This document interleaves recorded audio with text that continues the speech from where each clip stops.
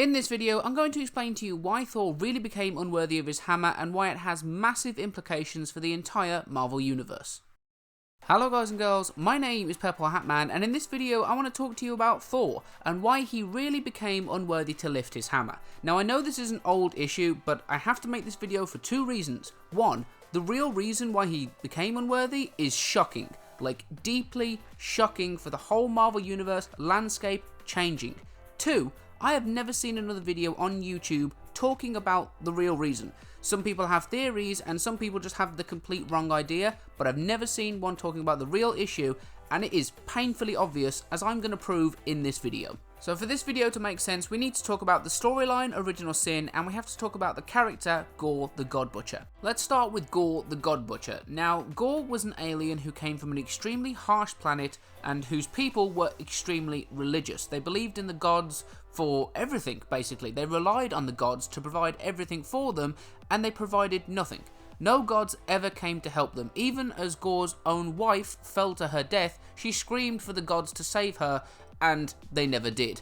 And all of this leads Gorr to believe that his people, and therefore the whole universe, would be better off without gods. And after he gains the power to kill gods by claiming a weapon called All Black the Necro Sword, he sets out on the campaign to destroy all gods because he believes, and this is the important part, the universe and all its people would be better off if gods had never existed. Now let's talk about Original Sin. Now, this is going to be a big one, because Original Sin was a storyline that centered around Uatu the Watcher, an all-seeing, all-knowing alien who watches the events on Earth, being murdered. In the storyline, he is murdered and his eyes are taken out of his head, like his actual eyeballs. And it turns out that for some reason, this is where all the knowledge and secrets of a Watcher is stored. And there are two people who come into possession of the Watcher's eyes. There is a supervillain called the Orb, who is a super obscure character I had never even heard of until this story, and he has a really big role in this story. And Nick Fury. Nick Fury is the second person who gains the secrets of the Watcher's eyes at one point. So a big moment in the story comes when the Orb, in possession of one of the eyes of the Watcher, is confronted by Earth's heroes. And there's a lot of different heroes here. There's Iron Man, there's Captain America, there's Luke Cage, there's the Hulk, there's just a lot of heroes here. And what he does is somehow release the secrets contained within his eye. It's like a knowledge explosion, and every hero here learns a horrifying secret. Captain America learns that he was kicked out of the Illuminati and that his mind was erased by them. The Hulk learns that Tony Stark tampered with the gamma bomb that turned him into the Hulk. Luke Cage learns something. For the life of me, I can't remember what it is. Spider-Man learns he wasn't the only person bitten by the spider that gave him his powers. And Thor also learns a secret. I mean, it's a twofer for this guy. He learns that he has a sister called Angela who comes from a realm of heaven. But all the heroes learn a devastating secret. And also, rather hilariously, there seems to be a woman who learns that her husband has been sleeping with the babysitter. So, that's pretty funny, I guess. Now, here's the big thing I want you to pay attention to here. When these secrets are learned by the heroes, nobody stops for any second and turns around and goes, hang on, what if this is a manipulation of some kind? What if this is a psychic illusion? What if this is a magic, like enchantment, that's making us understand this stuff, but it didn't actually happen? No hero here questions it for a second, and that is not like a small thing. Every hero in Marvel has come across some kind of mind control or illusion, manipulation, hypnosis, like so many things that can mess with your head. And every hero has come into contact with multiple kinds at some point over their career. And there's actually like a well-established thing where most heroes, get psychic training to like normally bolster their defensive. So if a villain tries to get inside their head in some way, shape or form, they can somehow mentally resist that control or that manipulation or whatever. They can resist it naturally. Then you've got psychics like Charles Xavier and Jean Grey and many others that put psychic blocks in, like psychic defenses, which they actually implant in the majority of superheroes' heads. Like every hero has had some kind of thing done to resist mental manipulation at some point. It's well established. And if this was a manipulation by the Eye of the Watcher in possession of the Orb or something, if this was something being done to them, I guarantee some hero here would have caught on. But nobody does. Nobody stops and says, hang on, what if this is a trick? Because they know it isn't a trick. something about when the Watcher releases a secret from one of the eyes, they know it to be true. It's hard to explain, but every hero here knows that what they have learned is an absolute fact. It's not a trick, it's not a manipulation, it's not hypnosis or something else. It is true. Hence, like, the Hulk goes straight after trying to attack Tony Stark. Spider-Man, even though this is a big major event and the orb needs to be stopped and that's why all the heroes have come together, just pieces out straight away. He just swings away and tries to find the other person that was bitten by the spider. And I think somebody else freaks out as well. I can't remember who, but most people, I think Daredevil just leaves. And nobody questions what they learned. They know it to be true. It's an absolute fact. So I want you to keep that in mind as we talk about the end of the story, which is when the Avengers are fighting Nick Fury, who's in possession of both of the eyes of the Watcher. So basically all the Watcher's knowledge and secrets. And it's during this fight with just like the main roster, so Hulk, Captain America, Iron Man and Thor are the ones I remember were there. But obviously it's Thor. While Thor is fighting Nick Fury, that's when Nick Fury says, I'm going to defeat you with just a whisper. Whispers something into his ear, and bam, that's it. The hammer falls to the surface of the moon, and there's nothing Thor can do about it. He tries to pick it back up, and he can't. And it was actually years before we found out what the hell Nick Fury said, and it was something I was really curious about. And obviously, eventually we find out that what was said was Gorr was right. Now I have to mention something here because, like anyone with an interest in comic books on YouTube, I watch Comics Explained. Mr. Rob Jefferson over there is a comic book genius and a comic book historian by every definition of the word. But I've seen his coverage on why Thor lost his hammer, and he would have you believe that it's due to self-doubt. That is in no way, shape or form true, and in fact, it's just plain wrong. Thor has always had self-doubt when it comes to his ability to pick up his hammer. It's well documented. Right here there's a flashback where he talks about being afraid. Every day when he wakes up, he has no idea if he'll be able to pick up the hammer or not. He has no idea why he's worthy, and if he is, from one second to the next, he is paralysed by this self-doubting fear that he has. Even when Thor regains the ability to pick up his hammer at the end of the War of the Realms story, there's nothing about what he says in that moment that really says to me, oh, I've overcome my self-doubt. He says he's the god of the unworthy. He also says, like, knowing that Gorr was right is what makes him strong, but none of that really makes sense as to why you can lift it now when you couldn't lift it before. There's not really that moment where he's like, I've overcome that self-doubt, I am worthy again, bam, I'm picking up the hammer. There's not really that moment, and I think that's on purpose by the writers to be ambiguous, but yeah.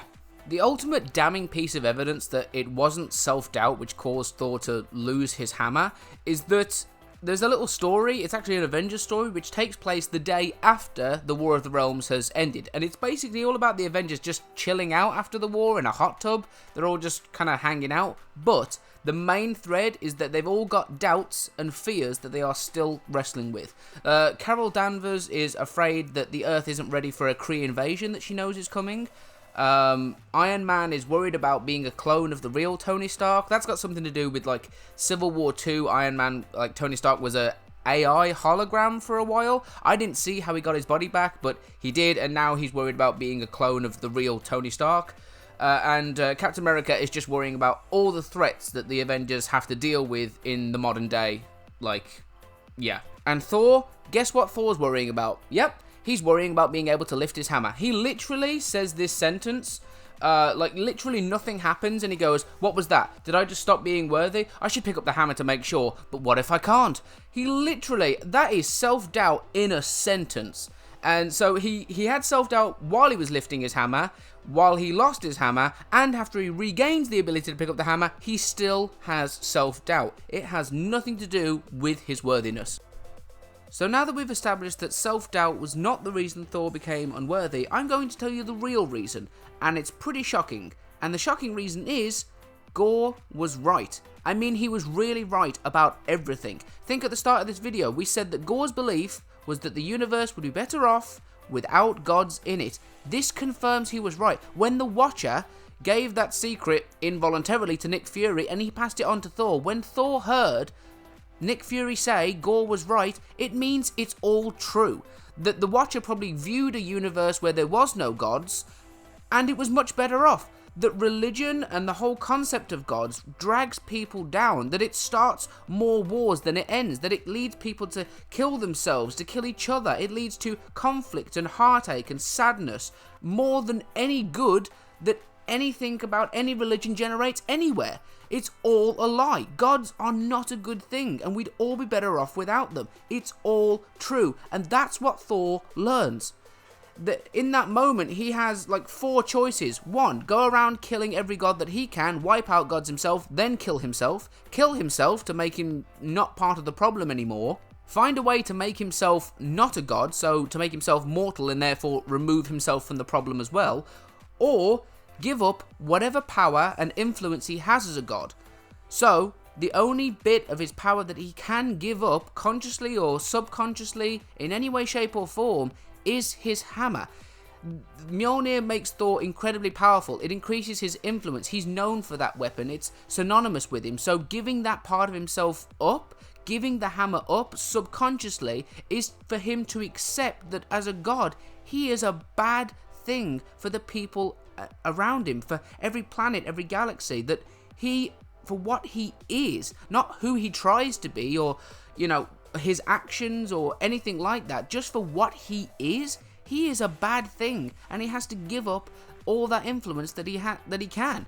I mean, I'm jumping over my words because the revelation is massive, and I'm actually going to go over some examples now of times that gods really were a bad thing, that we can see that happening throughout the history of Marvel. Example number 1 is the 4th host, when the Celestials came to the Earth in order to judge humanity, but the gods, the Sky Fathers, the heads of all the religions of Earth, tried to come together to destroy the Celestials. And this conflict almost led to the Celestials going, you know what, sod this planet, we're just going to destroy it anyway. They didn't even get a chance to judge humanity. They were just going to destroy it because they were inconvenienced. Thankfully, through an intervention, they actually did judge a portion of humanity and go, yeah, actually, humanity is progressing as we want them to. And that's it. But because the Sky Fathers insisted on intervening, because they were involved, they nearly led to the whole situation being an absolute disaster. Another example is the Chaos King. Now, Amatsu Mikaboshi was a Japanese god of destruction, and he incited the Chaos War, which was a horribly destructive event that happened in Marvel. If gods had never existed, then it's likely that Amatsu Mikaboshi would have never existed, so the Chaos War would never have happened, and all that destruction and misery caused in that event would never have come to pass. The final example is actually pretty current because it's actually about Moon Knight, his god Khonshu. Recently, Khonshu tried to take over the world in order to protect it from the devil of Marvel, Mephisto, but the way he went about it was horribly destructive and nasty and just really horrible in so many ways. So even though he did have the best of intentions trying to protect himself and the world from Mephisto, his actions and his attitudes and his being a god just was a horrible thing for the whole world, and it was actually just a massive inconvenience. He didn't even succeed, and Mephisto is still coming, only now the heroes are weaker and have wasted time fighting Khonshu when he should have been helping them. It's a terrible showing by yet another god. This even makes sense when you look at Jane Foster becoming Thor, because although she's a good person with the right intentions, another big part of her being worthy is the fact that she's not a god. She's mortal and therefore has the ability to affect the universe in a positive way. And even on top of that, it still makes sense when we consider the sentient storm trapped inside the hammer called the God Tempest. We don't really know whether it's a worthiness enchantment on the hammer which decides who's worthy and who's not, or if it's the storm itself inside which is actually deciding like consciously.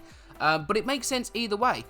If the storm is deciding, then it learned that Gorr was right the same time Thor did, and what that meant for gods, and that she was being wielded by a god, and therefore doing more harm than good, and bam, she took the ability to lift her away from Thor, and was like, no, that's it, I'm staying on the moon, and you can't lift me anymore. Obviously, she didn't do that in words, this cosmic storm, but in actions, that's definitely what happened, and it makes sense that she would then seek out a mortal as her next host, if you can call it that, but to grant power to a mortal, someone she considered to still have the ability to create a positive impact on the universe. The final thing we need to talk about is if everything I've said in this video is correct, then why did Thor become worthy again after the War of the Realms? And I think we need to look at it as a percentage. So if you imagine that everything the gods do and all the influence they have has a 51% negative impact on the universe, and everything else they do has a 49% impact of positivity. So the negative is always outweighing the positive.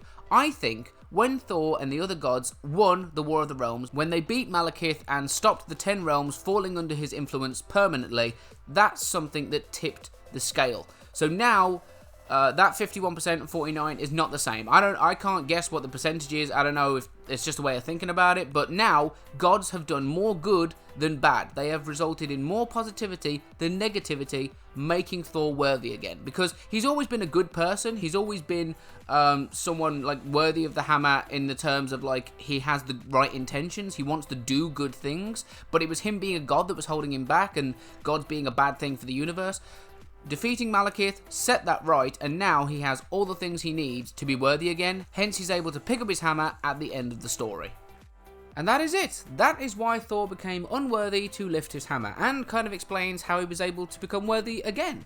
I worked very hard on this video, so if you could leave me a like, I'd appreciate it. It took me a long time to get all the voiceover together and get it done properly to say everything I wanted to say in this video, but I think I achieved it in the end, so a like would be very much appreciated. If you have any questions, if you think I missed anything or have even misunderstood something or anything like that, then you can leave me a comment. I'm very likely to get back to you.